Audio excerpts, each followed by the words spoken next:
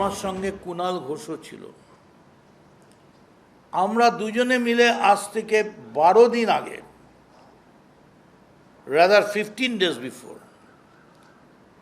অভিষেক বন্দ্যোপাধ্যায়কে বলেছিলাম একটা স্টেটমেন্ট করে বলে দে যে আমি সব কিছুর জন্য দায়ী, আমায় আপনারা মুক্তি দিন, আমি সব দায়িত্ব থেকে সরে যাচ্ছি।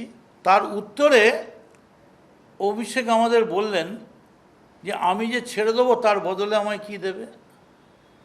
তা আমরা বললাম এটা তো মানে ওই বিয়ের পাকা দেখা নয় যে তুমি গলার হার দেবে আমি তোমায় আংটি দেবো। এটা সিম্পল পলিটিক্যাল ডিসিশন। মদন মিত্রের দাবি, যখন তারা অভিষেক বন্দ্যোপাধ্যায়কে সরে দাঁড়ানোর কথা বলেন তখন নাকি আজব শর্ত চাপান অভিষেক বন্দ্যোপাধ্যায়। তখন বললো তাহলে আমাকে আমেরিকাটা ছেড়ে দিক।